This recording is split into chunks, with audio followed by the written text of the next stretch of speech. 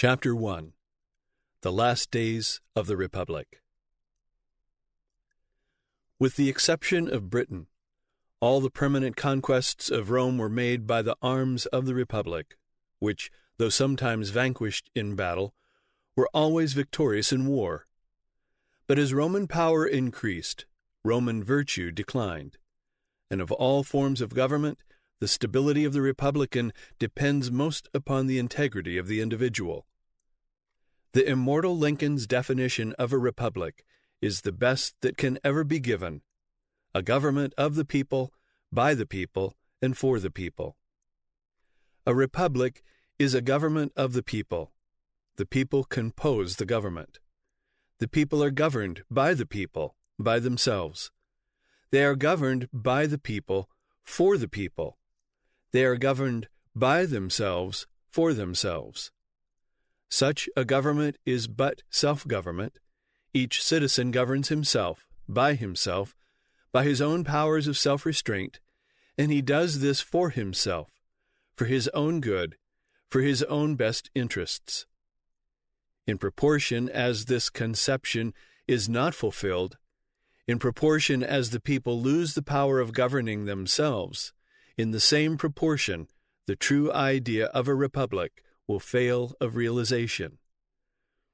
It is said of the early Romans that they possessed the faculty of self-government beyond any people of whom we have historical knowledge, with the sole exception of the Anglo-Saxons. And by virtue of this, in the very nature of the case, they became the most powerful nation of all ancient times. But their extensive conquests filled Rome with gold. With wealth came luxury. As said Juvenal, luxury came in more cruel than our arms, and avenged the vanquished world with her charms. In the train of luxury came vice. Self-restraint was broken down, the power of self-government was lost, and the Roman Republic failed, as every other republic will fail, when that fails by virtue of which alone a republic is possible. The Romans ceased to govern themselves, and they had to be governed. They lost the faculty of self-government, and with that vanished the republic, and its place was supplied by an imperial tyranny supported by a military despotism. In the Second Punic War, Rome's victories had reduced the mighty Carthage, B.C. 201, to the condition of a mere mercantile town. And within a few years afterward she had spread her conquests round the whole coast of the Mediterranean Sea, and had made herself the supreme tribunal in the last resort between kings and nations. The southeast of Spain, the coast of France from the Pyrenees to Nice, the north of Italy, Illyria and Greece, Sardinia, Sicily, and the Greek islands, the southern and western shores of Asia Minor were Roman provinces, governed directly under Roman magistrates. On the African side, Mauritania, or Morocco, was still free. Numidia, the modern Algeria, retained its native dynasty, but was a Roman dependency. The Carthaginian dominions, Tunis and Tripoli, had been annexed to the empire. The interior of Asia Minor up to the Euphrates, with Syria and Egypt, was under sovereigns called allies, but, like the native princes in India, subject to a Roman protectorate. Over this enormous territory, rich with the accumulated treasures of centuries, and inhabited by thriving, industrious races, the energetic Roman men of business had spread and settled themselves, gathering into their hands the trade, the financial administration, the entire commercial control of the Mediterranean basin. They had been trained in thrift and economy, in abhorrence of debt, in strictest habits of close and careful management.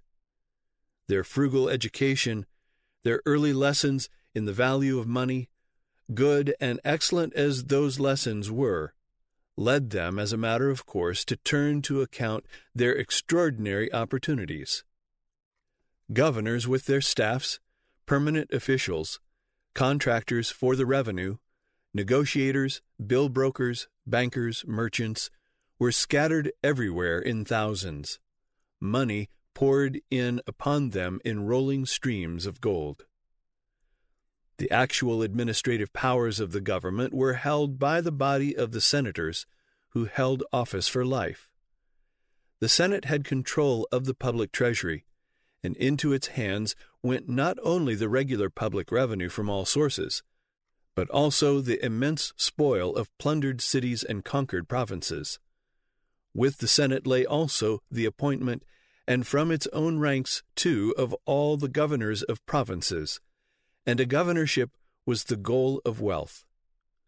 A governor could go out from Rome poor, perhaps a bankrupt, hold his province for 1, 2, or 3 years, and return with millions. The inevitable result was that the senatorial families and leading commoners built up themselves into an aristocracy of wealth ever increasing. Owing to the opportunities for the accumulation of wealth in the provinces more rapidly than at home, many of the most enterprising citizens sold their farms and left Italy. The farms were bought up by the Roman capitalists, and the small holdings were merged into vast estates. Besides this, the public lands were leased on easy terms by the Senate to persons of political influence, who by the lapse of time had come to regard the land as their own by right of occupation. The Licinian Law, passed in 367 B.C., provided that no one should occupy more than 333 acres of the public lands, and that every occupant should employ a certain proportion of free laborers. But at the end of 200 years, these favored holders had gone far beyond the law in both of these points. They extended their holdings beyond the limits prescribed by the law, and they employed no free laborers at all, but worked their holdings by slave labor wholly. Nor was this confined to the occupiers of the public lands. All wealthy landowners worked their land by slaves. In the Roman conquests, when prisoners were taken in battle or upon the capture or the unconditional surrender of a city, they were all sold as slaves. They were not slaves such as were in the southern states of the United States in slavery times. They were Spaniards, Gauls, Greeks, Asiatics, and Carthaginians. Of course, they were made up of all classes, yet many of them were intelligent, trained, and skillful, and often among them would be found those who were well educated. These were bought up by the wealthy Romans by the thousands. The skilled mechanics and artisans among them were employed in their owners' workshops established in Rome. The others were spread over the vast landed estates, covering them with vineyards, orchards, olive gardens, and the products of general agriculture, and all increasing their owners' immense incomes. Wealth poured in more and more, and luxury grew more unbounded. Palaces sprang up in the city, castles in the country, villas at pleasant places by the sea, and parks and fish ponds and game preserves and gardens and vast retinues of servants everywhere. The effect of all this absorbing of the land, whether public or private, into great estates worked by slaves, was to crowd the free laborers off the lands and into the large towns, and into Rome above all. There they found every trade and occupation filled with slaves, whose labor only increased the wealth of the millionaire, and with which it was impossible successfully to compete. The only alternative was to fall into the train of the political agitator, become the stepping stone to his ambition, sell their votes to the highest bidder, and perhaps have a share in the promised more equable division of the good things which were monopolized by the rich. For to get money by any means lawful or unlawful had become the universal passion. Money was the one thought from the highest senator to the poorest wretch who sold his vote in the comitia. For money, judges gave unjust decrees, and juries gave corrupt verdicts. It has been well said that, with all this wealth, there were but two things which the Roman noble could buy: political power and luxury. And the poor Roman had but one thing that he could sell: his vote. Consequently, with the rich able only to buy political power, and with the poor able only to sell his vote, the elections, once pure, became matters of annual bargain and sale between the candidates and the voters. To obtain a province was the first ambition of a Roman noble. The road to it lay through the praetorship and the consulship. These offices therefore became the prizes of the state, and being in the gift of the people, they were sought after by means which demoralized alike the givers and the receivers. The elections were managed by clubs and coteries, and except on occasions of national danger or political excitement, those who spent most freely were most certain of success. Under these conditions, the chief powers in the Commonwealth necessarily centered in the rich. There was no longer an aristocracy by birth, still less of virtue, but the door of promotion was open to all who had the golden key. The great commoners bought their way into the magistracies. From the magistracies they passed into the Senate, and from the Senate they passed to the governorship of a province. To obtain the first office in the line of promotion to the governorship, men would exhaust every resource and plunge into what would otherwise have been hopeless indebtedness. Yet having obtained the governorship, when they returned they were fully able to pay all their debts and still be millionaires. The highest offices of state were open in theory to the meanest citizen. They were confined, in fact, to those who had the longest purses or the most ready use of the tongue on popular platforms. Distinctions of birth had been exchanged for distinctions of wealth. The struggle between plebeians and patricians for equality of privilege was over, and a new division had been formed between the party of property and a party who desired a change in the structure of society. Such was the condition of things B.C. 146, when the ruin of Carthage left Rome with no fear of a rival to her supremacy. Senatorial power was the sure road to wealth. The way to this was through the praetorship and the consulship. These offices were the gift of the populace through election by popular vote. The votes of the great body of the populace were for sale, and as only those who could control sufficient wealth were able to buy enough votes to elect, the sure result was, of course, that all the real powers of the government were held by the aristocracy of wealth. Then, as these used their power to increase their own wealth and that of their favorites, and only used their wealth to perpetuate their power, another sure result was the growth of jealousy on the part of the populace and a demand constantly growing louder and more urgent that there should be a more equable division of the good things of life which were monopolized by the favored few. All orders in a society may be wise and virtuous, but all cannot be rich. Wealth which is used only for idle luxury is always envied, and envy soon curdles into hate. It is easy to persuade the masses that the good things of this world are unjustly divided, especially when it happens to be the exact truth. And as these two classes were constantly growing farther apart, the rich growing richer and the poor poorer, there ceased to be any middle class to maintain order in government and society by holding the balance of power. There remained only the two classes, the rich and the poor, and of these the rich despised the poor, and the poor envied the rich.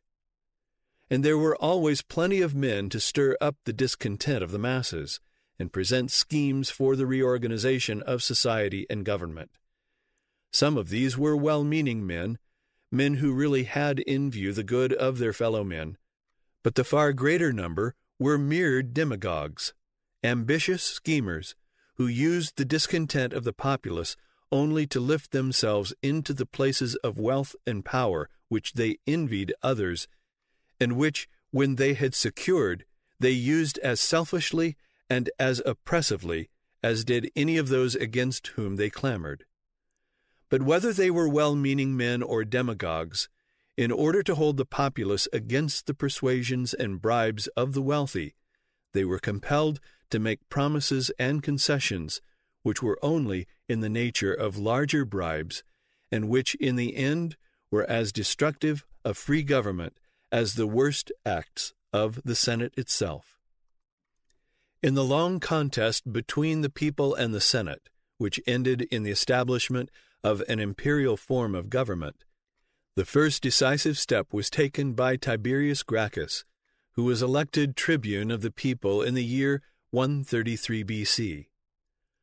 On his way home from Spain shortly before, as he passed through Tuscany, he saw in full operation the large estate system carried on by the wealthy senators or their favorites, the public lands unlawfully leased in great tracts, the fields cultivated by the slave gangs, the free citizens of the Republic thrust away into the towns, aliens and outcasts in their own country, without a foot of soil which they could call their own.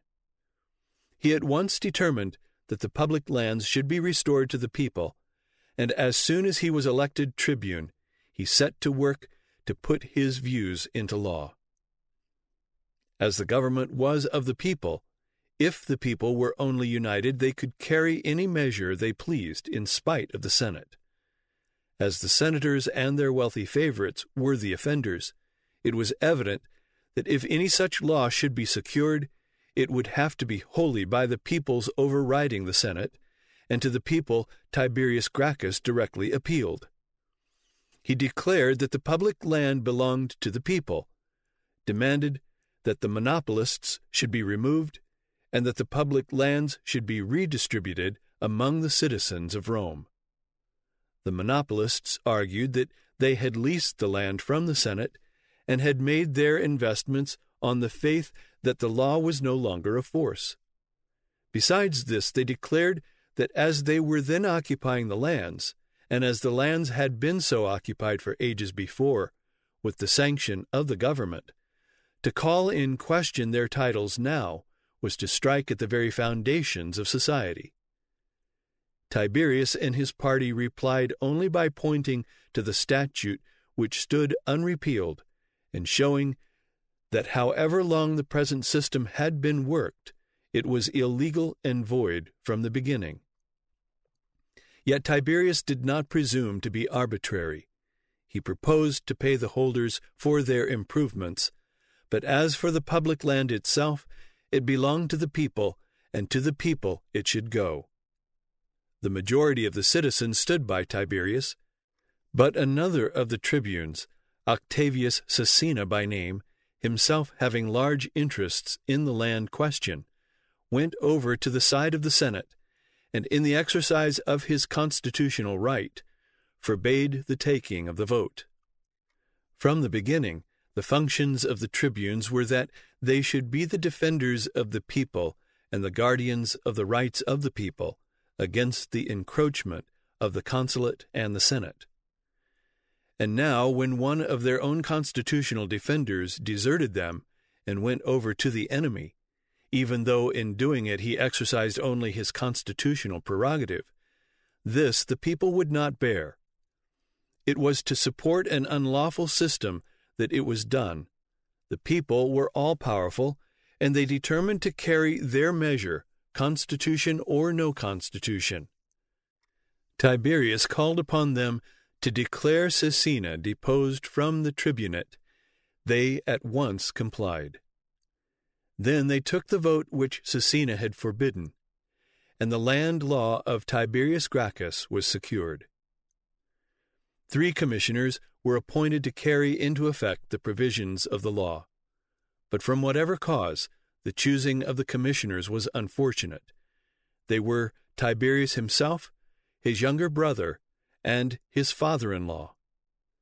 Being thus apparently a family affair, the aristocrats made the most of it and bided their time, for the tribunes were elected for only a year, and they hoped so to shape the elections when the year should expire as to regain their power.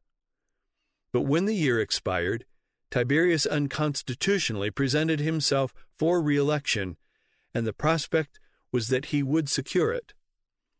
When the election day came, the aristocrats, with their servants and hired voters, went armed to the polls, and as soon as they saw that Tiberius would surely be chosen, they raised a riot. The people, being unarmed, were driven off. Tiberius Gracchus and 300 of his friends were killed and pitched into the Tiber. Yet though they had killed Tiberius, they did not dare to attempt at once the repeal of the law which he had secured, nor openly to interfere with the work of the commissioners in executing the law. Within 2 years the commissioners had settled 40,000 families upon public lands which the monopolists had been obliged to surrender. The commissioners soon became unpopular. Those who were compelled to resign their lands were exasperated, of course. On the other hand, those to whom the land was given were not in all cases satisfied. It was certain that some would be given better pieces of land than others, and that of itself created jealousy and discontent. But the greatest trouble was that in the great majority of cases, it was not land that they wanted, in fact. It was money that they wanted first of all. And although the land was virtually given to them and well improved at that, they could not get money out of it without work.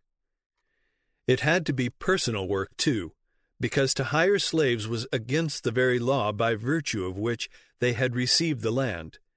And to hire freemen was impossible, number one, because no freeman would work for a slave's wages, that in his estimate would be to count himself no better than a slave, and number two, the new landed proprietor could not afford to pay the wages demanded by free labor, because he had to meet the competition of the wealthy landowners who worked their own land with slave labor.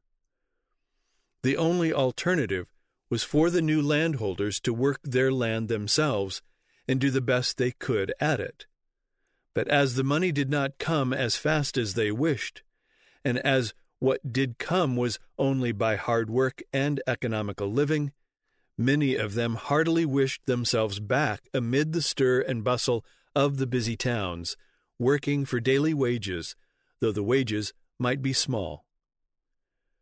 The discontented cries soon grew loud enough to give the Senate its desired excuse to suspend the commissioners and then quietly to repeal the law and resume its old supremacy.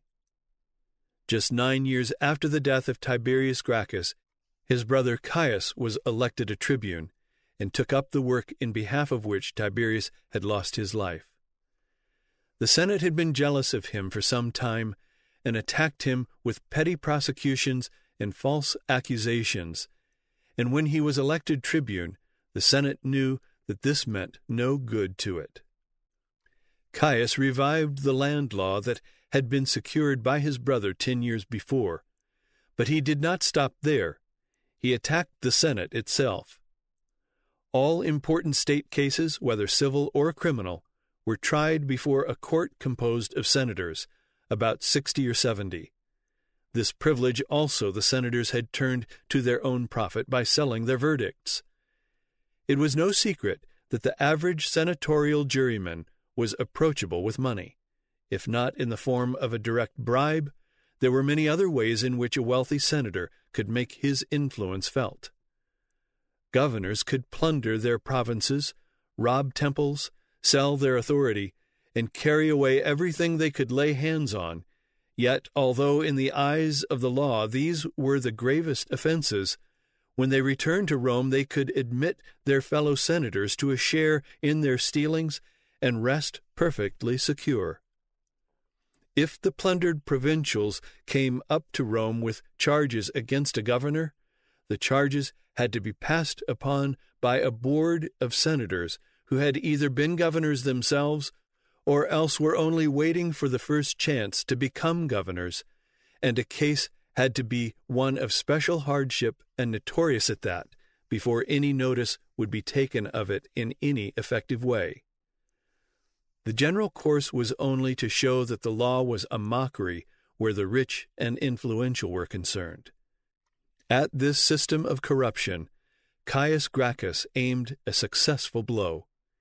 He carried a law disqualifying forever any senator from sitting on a jury of any kind, and transferring these judicial functions to the equites, or knights, an order of men below the dignity of senators, but yet had to be possessed of a certain amount of wealth to be eligible to the order. By this measure, Caius bound to himself the whole body of the knights. But these attacks upon the Senate, successful though they were, and these favors to the knights, were of no direct benefit to the people. Therefore, to maintain his position with them, Caius was obliged to do something that would be so directly in their favor that there could be no mistaking it. It was not enough that he should restore the land law that had been secured by his brother. That law, even while it was being worked at its best, was satisfactory to but few of its beneficiaries. The law was restored, it is true, but the prospect of leaving Rome and going perhaps to some distant part of Italy to engage in hard work was not much of a temptation to men who had spent any length of time in Rome, involved in its political strifes, and whose principal desire was to obtain money and the means of subsistence with as little work as possible. It required something more than the restoration of the land law to satisfy these, and Caius granted it. With the enthusiastic clapping of every pair of poor hands in Rome, he secured the passage of a law decreeing that there should be established in Rome public granaries to be filled and maintained at the cost of the state, and that from these the wheat should be sold to the poor citizens at a merely nominal price. This law applied only to Rome, because in Rome the elections were held. The effect was to gather into the city a mob of needy, unemployed voters living on the charity of the state, to crowd the circus and to clamor at the elections, available no doubt immediately to strengthen the hands of the popular tribune, but certain in the long run to sell themselves to those who could bid highest for their voices.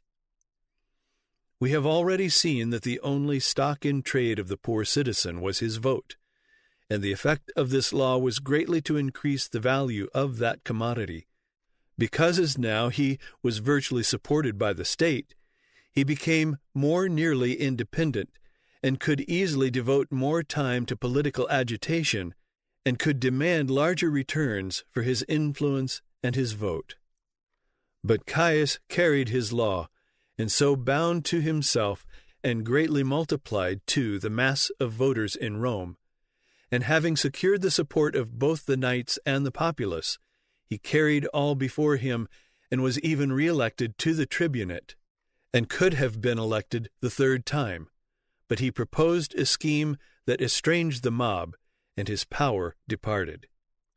He proposed that in different parts of the empire Roman colonies should be established with all the privileges of Roman citizenship, and one of these places was Carthage. That city, while it existed, had always been the greatest earthly menace to Rome, and when it had been reduced to ashes and the Roman plowshare drawn over it, it was cursed forever. And now the mere suggestion to restore it was magnified by Caius's enemies to a height that made the proposition appear but little short of treason. This of itself, however, might not have defeated him, but if this colonization scheme was carried out, many of the populace would have to leave Rome and go to some distant part of the empire, and worse than all else, they would have to work. No longer could they be fed at the public expense and spend their lives in the capital, in the whirl of political excitement and the amusements of the Roman circus. Even to contemplate such a prospect was intolerable. Still more, and as though Caius deliberately designed to add insult to injury, he proposed to bestow the franchise upon all the freemen of Italy. This would be only to cut down in an unknown ratio the value of the votes of those who now possessed the franchise. Such a calamity as that could never be borne. The course of the Senate might have been one of misrule, but this of Caius Gracchus was fast developing into unbearable despotism. The election day came, riots were raised, and Caius Gracchus and 3,000 of his friends were killed, as had been his brother and his friends 10 years before. The mob having now no leader, the Senate resumed its sway as before, and went on in the same old way, except that the laws actually passed by Caius had to stand. It was not long, however, before the Senate was put to a test which effectually exposed its utter incompetency to rule the Roman state. West of the Carthaginian province of Rome lay the kingdom of Numidia, over which the Roman power extended its protectorate. Micipsa was king. He had 2 sons, Hiempsal and Adherbal, and an illegitimate nephew, Jugurtha. Micipsa died B.C. 118 and left his kingdom jointly to the 3 young men. Jugurtha had once murdered Hiempsal and attacked Adherbal. Adherbal appealed to Rome, but Jugurtha had already made himself safe with the Senate. The Senate sent out commissioners, Jugurtha bribed them, and they went home again. Jugurtha pushed the war. Adherbal was taken and was killed after having been tortured almost to death. After the capture of Adherbal and his forces, some Roman citizens had also been taken, and after their surrender, they too were killed. This raised such a cry at Rome that the Senate was compelled at least to promise an investigation, but as no results were to be seen, one of the tribunes openly told the people that there were men in the Senate who were bribed. At this, the popular indignation began to show itself so strongly that the Senate dared no longer to brave it and declared war on Jugurtha. An army was sent to Africa in command of a consul. Jugurtha bribed the consul and secured a peace on the payment of a small fine. Memmius, the same tribune who before had the courage openly to charge the Senate with taking bribes, again openly exposed in the forum this last piece of rascality. The Senate saw the storm gathering, and once more bestirred itself to the extent of calling Jugurtha to Rome. This was only to increase the opportunities of both Jugurtha and themselves. Jugurtha came laden with gold, and in addition to the Senate which he already owned, he bribed every one of the tribunes except Memmius, who was proof against all his blandishments. Jugurtha had been called to Rome under a safe conduct, and he was at last ordered back home, but the cause was not yet settled. The Senate sent over another army, but Rome had as yet no standing army, and there had now been peace so long that the old military discipline of the citizens had completely run down. The men who were enlisted were wholly ignorant of military duty, and the officers, appointed mostly from among the rich young nobles, were more illy prepared for war than were the men. The army went to Africa, and in about 2 months the half of it was destroyed and the other half captured by Jugurtha. About the same time 2 armies were destroyed by the Gauls up on the Rhone. While the great men at Rome were building palaces, inventing new dishes and hiring cooks at unheard-of salaries, the barbarians were at the gates of Italy. This combination of disgraces and dangers gave such force to the popular complaints against the Senate that it was at last aroused to a determination really to do something, and the best man that could be found, Caecilius Metellus, was appointed to lead a new expedition against Jugurtha. Metellus, having it in mind to put an end to the Jugurthine war, chose as his second in command the ablest general that he could find, Caius Marius. Arriving in Numidia, the Roman army was successful in several battles, and Jugurtha asked for peace. But as Metellus demanded unconditional surrender and could not be bribed, Jugurtha drew his forces into the desert and caused the war to drag along. As the time for the election of a consul for the next year drew on, Marius's name was mentioned as the candidate of the people. It was the law that the candidate must be present at the election, and Marius obtained the consent of Metellus to go to Rome. Election day came, B.C. 107, and although the aristocracy did all they could to defeat him, Marius was elected, the first instance in 100 years in which a consul had been chosen from the people. Metellus was recalled, and Marius was given sole command in the war with Jugurtha. He first set on foot a thorough reorganization of the military power of Rome. Up to this time, the Roman armies had been but a militia, citizens called from their various occupations for service upon emergency, and returning to their occupations as soon as the occasion was past which made their services necessary. Marius enlisted men to become professional soldiers. These he thoroughly drilled and reduced to the strictest discipline. Thus originated the standing army of Rome, which out of the corruptions of the times at last arose to a military despotism. With such an army of well-trained and well-disciplined troops, Marius, before the next year was ended, had brought the Jugurthine War to a triumphant close, and Jugurtha himself was brought in chains to Rome.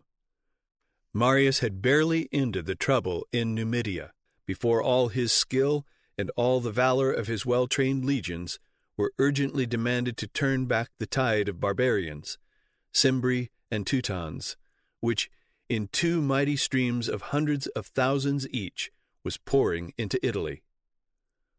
While Marius was in Africa, the largest army that Rome had ever sent against an enemy was by these savages swept out of existence, B.C. 107.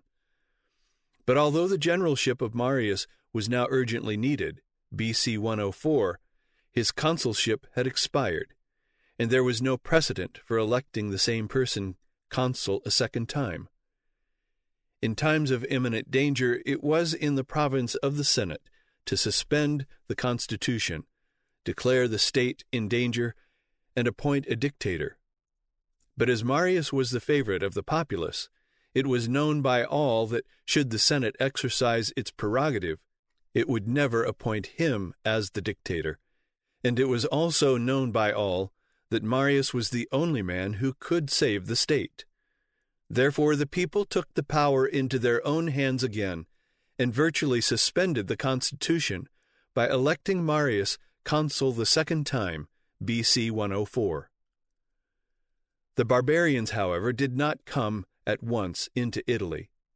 By some cause their erratic course was turned aside, and they swept through southern Gaul, across the Pyrenees into Spain, over northern Spain to the Atlantic, up the coast into Gaul again, across Gaul to the Seine, and even to the Rhine, and then gathering fresh force from their brethren from the wilds of Germany, the torrent rolled once more toward Italy. In this wild raid 2 years were consumed. In Rome the people still held sway, and Marius was elected consul a third time, and even a fourth time. He put the 2 years to good use in perfecting the efficiency of his legions, and drawing them up to the borders of Italy. He met the Teutons even beyond the Alps, and annihilated the whole host, July 20, B.C. 102. The Cimbri by another route passed the Alps and forced back as far as the Po, the legions under Catulus. Marius, in his absence, was elected consul the 5th time and continued in command. He came to the rescue of Catulus. The Cimbri were utterly destroyed, B.C. 101 in the summer, and Italy was saved. Marius was the idol of the people. They prided themselves upon saving the country by him, and they elected him consul the 6th time, B.C. 100. But Rome was no sooner free once more from the danger of a foreign foe than by civil strife and political violence she began to prey again upon her own vitals. Besides Marius, the two favorites of the people just at this time were Saturninus, a tribune, and Glaucia, a praetor. With these Marius allied himself. They were all-powerful and passed, 1, another land law dividing up portions of the public domain among the veterans of Marius. 2, a law establishing colonies in Sicily, Achaia, and Macedonia. 3, a law reducing as low as 2 cents a peck the price of wheat from the public granaries. And 4, to cap it all, they passed a vote that all the senators should take an oath to execute these laws under penalty of fine and expulsion from the Senate. All this was done in the midst of riot, tumult, and bloodshed. Metellus alone, of all the senators, refused to take the oath to execute these laws. Saturninus had him dragged out of the Senate house and expelled him from the city. Yet there was not entire harmony in the popular party. There were rival candidates and consequent jealousies. Saturninus and Glaucia were in the full tide of success and would brook no rivals. Memmius stood for the consulship at the same time that Glaucia was a candidate for that office. As it appeared that Memmius would be elected, he was murdered. At this, both Saturninus and Glaucia were declared public enemies. They took refuge in the capital and barricaded it. The aristocrats laid siege to them, Marius interceded, and they surrendered to him. They were confined in an apartment of the Senate house to be held for trial. The aristocrats tore off the roof and pelted them to death with stones and tiles. It will be remembered that in the tribunate of Tiberius Gracchus, B.C. 123, the corruption of justice by the senators had made it necessary to deprive them of the right to sit on juries, and that this privilege was bestowed upon the knights. Yet within about 30 years the same evil had grown to such a height among the knights as to call loudly for a reform. Accordingly, in B.C. 91, Marcus Divius Drusus, a tribune, brought forward a proposal to reform the law courts and thereby incurred the deadly enmity of the whole equestrian order. With this he proposed both new land laws and new corn laws, which increased the hatred of the senatorial order toward the populace. These laws were passed, but the Senate declared them null and void. Drusus had also entered into negotiations with the Italians to secure for them Roman citizenship. He was denounced in the Senate house as a traitor, and on his way home was assassinated. The Italians, seeing their last hope was gone, rose in rebellion and set about to form a new state of their own to be called Italia. They had long borne an equal share in the burdens of the state. They had helped to subdue Jugurtha, and had borne an important part in the defeat of the barbarian host.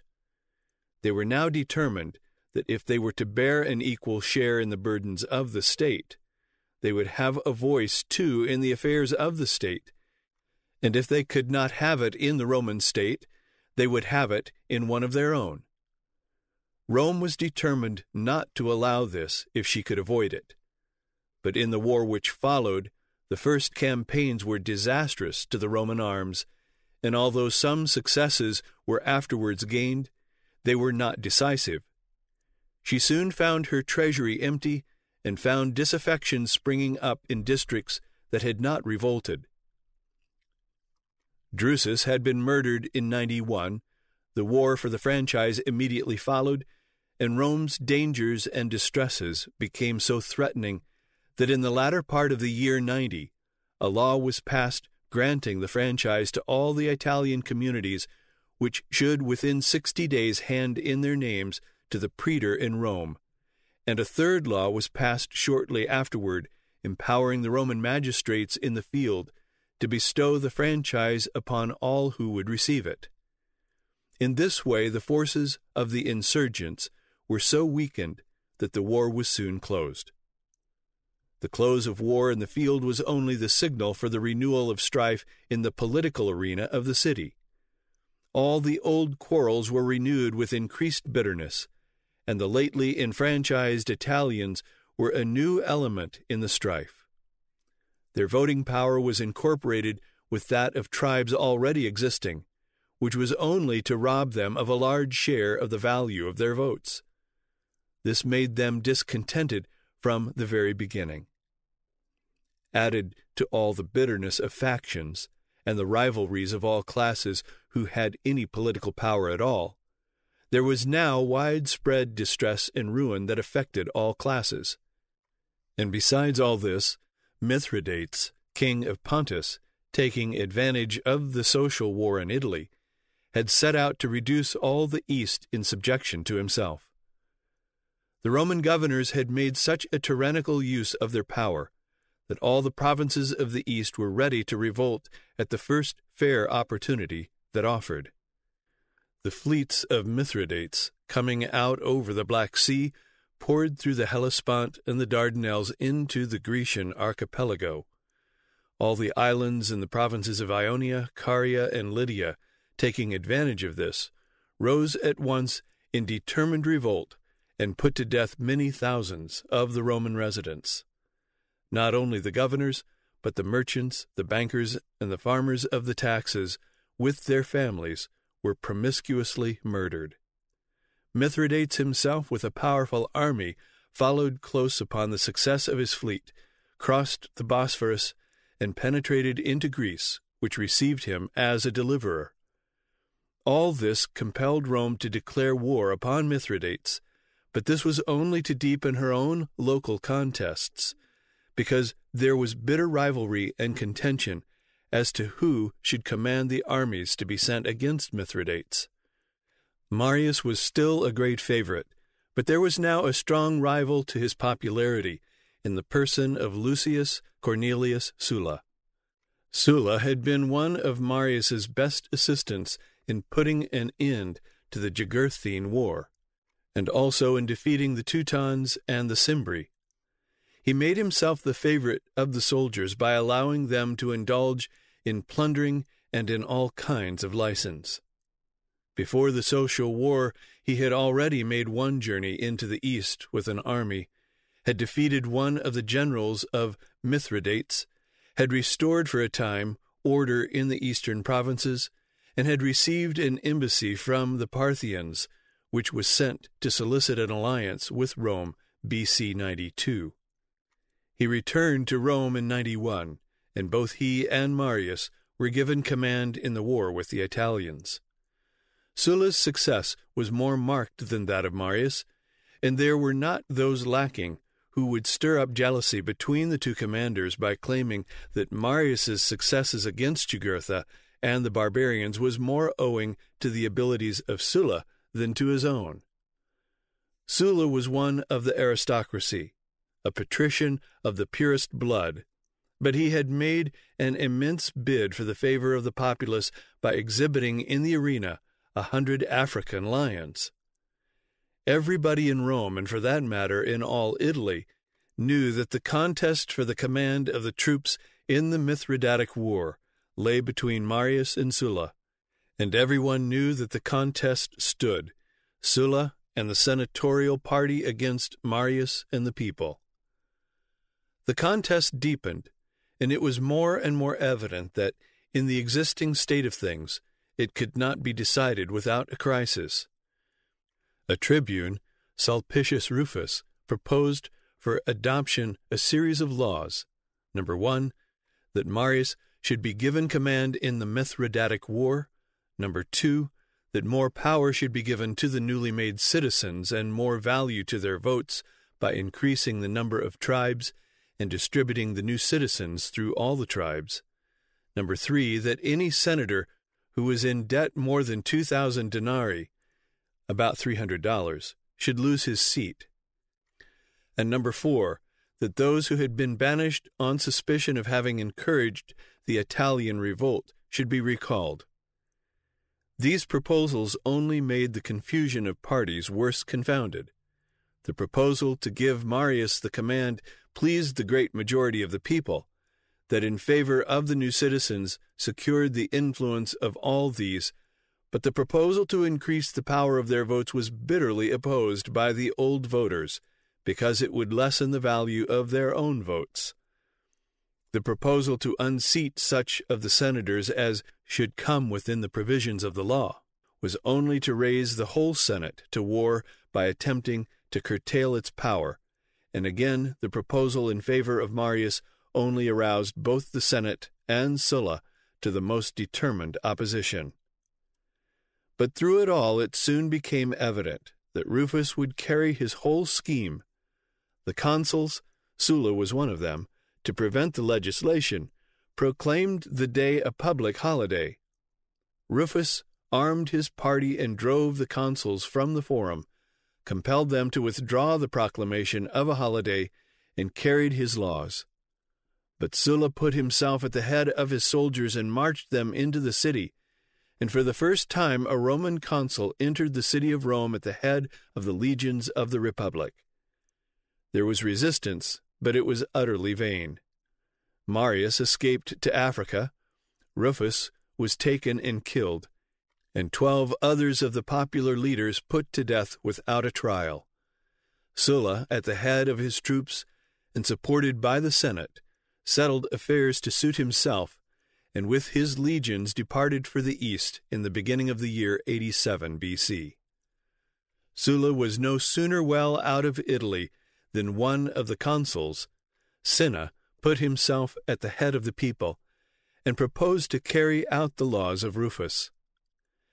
The new citizens had assembled in crowds to exercise their right of voting. The other consul, standing for Sulla and the Senate, brought out an armed force and commanded the assembled voters to disperse. And because they refused, they were hewn down where they stood, and the forum was heaped high with the bodies of the slain. Such a scene of slaughter had never been witnessed in Rome since the first stone of the city was laid. Cinna and the tribunes fled, but it was to gather together the soldiers as Sulla had done before them. Marius, too, returned with 1,000 cavalry from Numidia, and he had no sooner stepped ashore in Italy than he was joined by 5,000 of his veterans, and with his 6,000 men he united with Cinna at the gates of Rome. The Senate had made preparations for a vigorous defense, and in order to prevent the threatened attack, issued proclamations making every concession and granting every privilege that had been demanded. But all was to no purpose. They could not be trusted. Marius and Cinna pressed forward, and after a brief resistance, the city was surrendered, and the 2 generals entered with their troops. A fearful massacre followed. 50 senators and 1,000 knights were slain, besides great numbers of their partisans, and for many days the city was given up to a reign of terror. These were the last days of the year 87 B.C. Marius died January 13, 86. Cinna, supported by his troops, became virtually dictator and ruled Rome for 3 years. Sulla was everywhere successful against Mithridates, and in the year 84 a peace was concluded in which Mithridates was reduced to the position of a vassal of Rome. In 83, Sulla determined to return to Italy, which, under Cinna's rule, had been almost entirely turned against him. The Italians dreaded to have Sulla return, and Cinna started to go into Greece with his forces to meet Sulla there. But his troops mutinied and killed him, and Sulla was in a short time landed in Italy with 40,000 veteran troops who had not yet known defeat.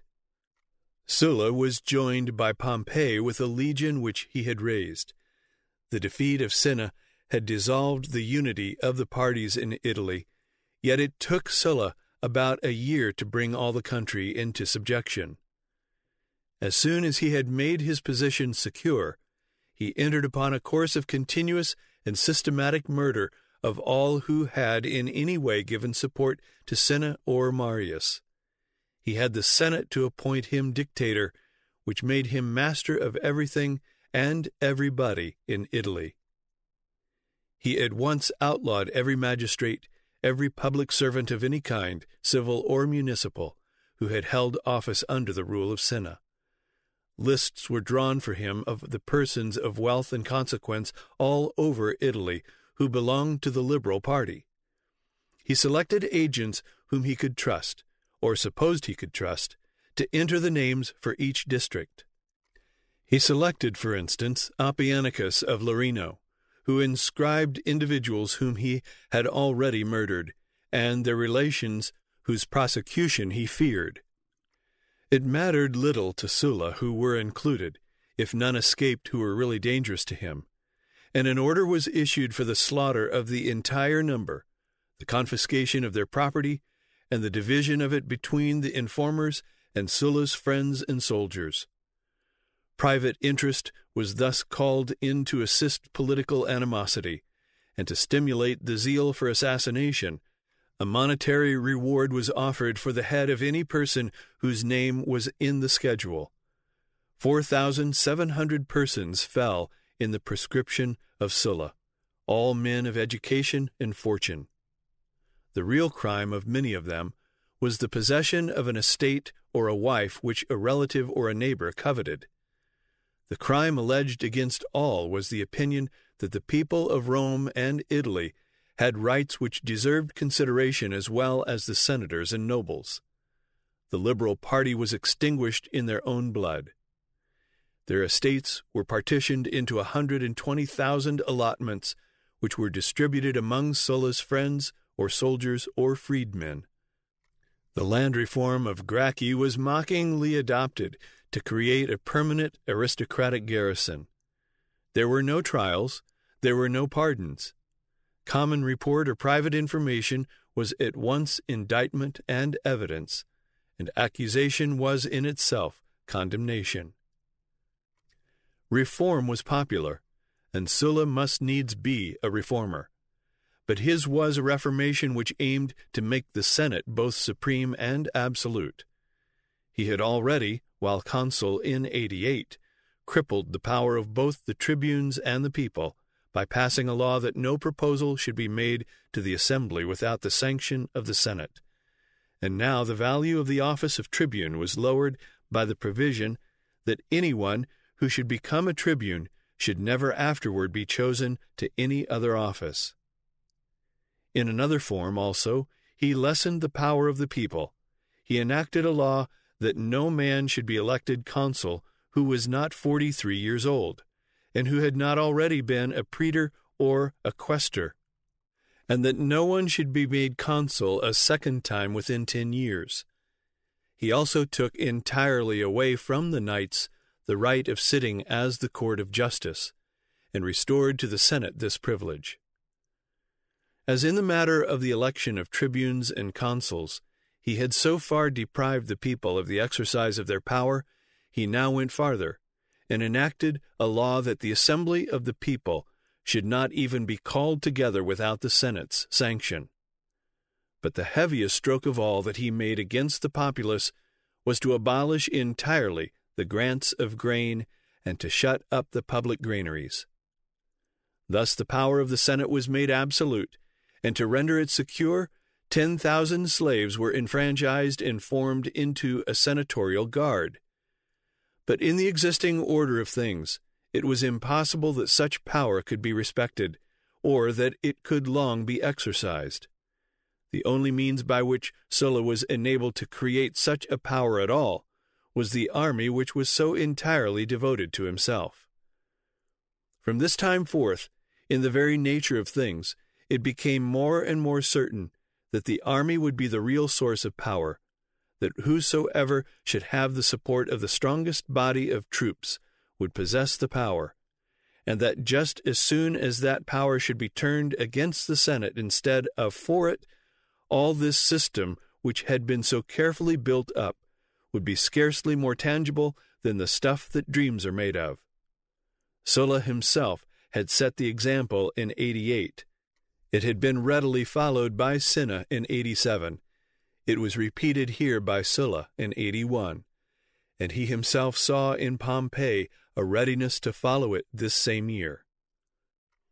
Pompey had been sent to Sicily and Africa to reduce things to order there, and he was eminently successful. When he had completed his task, he was ordered by the Senate to disband his troops. He refused, and Sulla had to smooth the matter over by granting him a triumph and allowing him to assume the title of the Great, although he was only about 25 years of age. By this act of Pompey's, Sulla saw that it would be the best thing to do, to bind Pompey securely to himself. Pompey was already married to Antistia, a lady whose father had been murdered for standing up for Sulla, and whose mother had been driven mad and to destroy herself by her husband's terrible fate. But Sulla had a stepdaughter, Aemilia, whom he proposed that Pompey should marry. Aemilia was already married and was pregnant at the time, yet at Sulla's invitation, Pompey divorced Antistia and married Aemilia.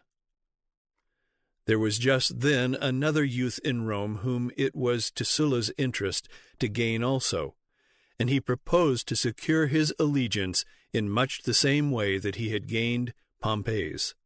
That youth was Julius Caesar. Caesar was the nephew of the great Marius, and had married Cornelia, the daughter of Cinna, by whom he had a daughter named Julia. He was at this time about 20 years of age. Sulla proposed to him that he should divorce Cornelia and marry some woman whom Sulla should choose. Caesar flatly refused. Sulla tried to compel him to it. He deprived him of his office of the priesthood. He took his wife's dowry from him and confiscated his estate. But Caesar would not yield an inch. Next, Sulla hired assassins to kill him, and he escaped only by bribing the assassins. Caesar's friends interceded and finally obtained his pardon, but he, not willing to trust himself within Sulla's reach, left Italy and joined the army in Asia. In 79, Sulla resigned his dictatorship and died the following year. The power which Sulla had given to the Senate was only used to build up itself. As no election could be had without the appointment of the Senate, the elections soon fell under the control of senatorial rings and committees, and no candidate could hope to succeed who had not the favor of the Senate. And the surest means of securing the favor of the senatorial party was the possession of wealth and a willingness to spend it to secure an office. The distribution of the land by Sulla had worked no better than had that by the Gracchi, nor, in fact, hardly as well, because since that there had been 40 years of degeneracy and political violence, and a part of the time almost anarchy. Extravagance in living had increased at a rapid rate among all classes, among the really wealthy in an ostentatious display, or the exhaustion of pleasure, among those of moderate fortunes in an effort to ape the ways of the wealthy, and even among the poor, owing to the virtually free distribution of wheat. For so long as they could get the main part of their living for nothing, they were not likely to cultivate habits of economy. It was easy enough to distribute land to those who had neither land nor money. The difficulty was to keep it so distributed. Those to whom Sulla had distributed land, especially his soldiers, lived far beyond their means. Their lands were soon mortgaged, and at last forfeited, falling once more into the hands of the wealthy landowners, to be worked by slaves while the free citizens were again crowded into the cities. Besides the vast numbers of slaves who were put to use in farms and in shops all over Italy, there were many who were kept and trained to fight one another in the amphitheater, solely for the amusement of the populace. Nothing made a person so popular as to set forth a few pairs of gladiators in the circus to murder one another. At Capua, about 75 miles south of Rome, was the most famous training school for gladiators.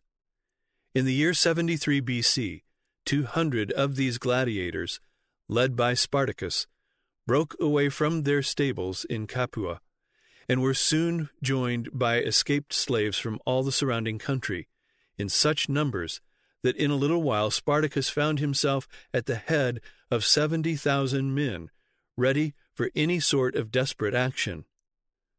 For 2 years they spread terror from one end of Italy to the other, till Pompey and Crassus led forth an army and annihilated the whole host, B.C. 71. Spartacus was killed, sword in hand, and 6,000 captives were crucified all along the highway from Capua to Rome. Pompey and Crassus were made consuls for the year 70. Sulla's legislation was undone, and everything set back as it was before, except that the prerogative of sitting as a court of law was not restored entirely to the knights. This privilege the senators had again prostituted to their old purposes, and as the knights could not be fully trusted either, the court was now to be composed of 2/3 knights and 1/3 senators. The power of the tribunes was fully restored, also the right of the populace to assemble at their own wish. The public granaries were once more opened, the mob was happy, the Senate was embittered, and the way was again opened for the full tide of political violence which immediately followed. Caesar was now fast becoming popular. He and Bibulus had been elected aediles for the year 65, the office of which was to take charge of the public buildings and the games and theaters. They were expected to decorate the city with new ornaments, and to entertain the people with magnificent spectacles. Caesar acquitted himself so well in this as to make himself the favorite of the whole multitude of the people. Then, as he felt his influence becoming more firmly established, he set on foot an inquiry into the proscription that had been carried on by Sulla. A committee of investigation was appointed, of which Caesar himself was made chairman. At the time when the roof of the Senate house had been torn off, and Saturninus and Glaucia were pelted to death with tiles, and Saturninus, the father of Titus Labanus, had been killed. One of those engaged in the massacre at the time was Rabirius, and although he was now a very old man, Labanus prosecuted him before Caesar's committee for the murder of his father. Rabirius was convicted, but he appealed to the people, who could not see their way clear to convict him of a guilt that was common to the whole aristocracy, and although he was acquitted, they chose to show to the senatorial party that it was out of no respect to them. The people decided to make Caesar the head of religion by electing him to the office of Pontifex Maximus, which became vacant just at this time. This was the greatest honor that could come to a Roman citizen. The office was for life, and until now had always been held by members of the aristocracy, and Sulla had sought to confine it exclusively to these by giving to the Sacred College the privilege of electing its own chief. Labanus became tribune, and succeeded in carrying a vote in the assembly by which this privilege was resumed by the people. To fill the vacancy which now occurred, 2 of the aristocracy were presented by the senatorial party, and Caesar was nominated by the people. Immense sums of money were spent by the senatorial party to buy sufficient votes to elect one or the other of their 2 candidates. Caesar likewise spent money freely, although deeply in debt already. When he left home for the Forum on the morning of the election day, and his mother kissed him good-bye, he told her he would either come home Pontifex Maximus or would not come home at all. Such an extreme alternative, however, was not necessary, because he was elected by a vote larger than that of both the other candidates put together. This was in the year 63, and soon afterward Caesar was elected praetor for the next year. The land monopoly had again become as notorious as at any time before. The small proprietors had sold out, and large holdings had increased, until the land had fallen into a few hands, and Rome was crowded with a rabble of poor citizens largely fed at public expense. Against the will of the Senate, and by the unanimous voice of the people, Pompey had been sent, B.C. 72, to the east against Mithridates, who had again strongly asserted his power. Pompey was victorious everywhere, and his conquests in the east had brought to the state large quantities of land, and his honest conduct in these affairs had filled the treasury with money. Here was a grand opportunity for reform. Rullus, a tribune, brought forward a proposition that part of the territory acquired by Pompey should be sold, and the money used to buy land in Italy upon which to settle poor citizens from Rome. Cicero, as consul, opposed it strenuously.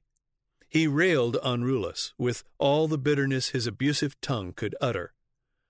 Rullus had stated that the populace of Rome was become so powerful as to be dangerous, and that for the good of the state it would be proper that some should be removed from the city and placed upon lands where they could support themselves.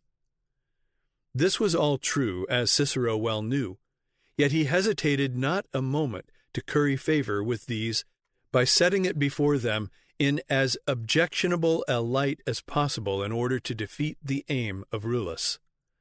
Cicero hated the influence of the people as much as anybody else in Rome, but he hated Rullus's proposition more because it would lessen the power of the aristocracy, whose favor he just now longed for more than for anything else.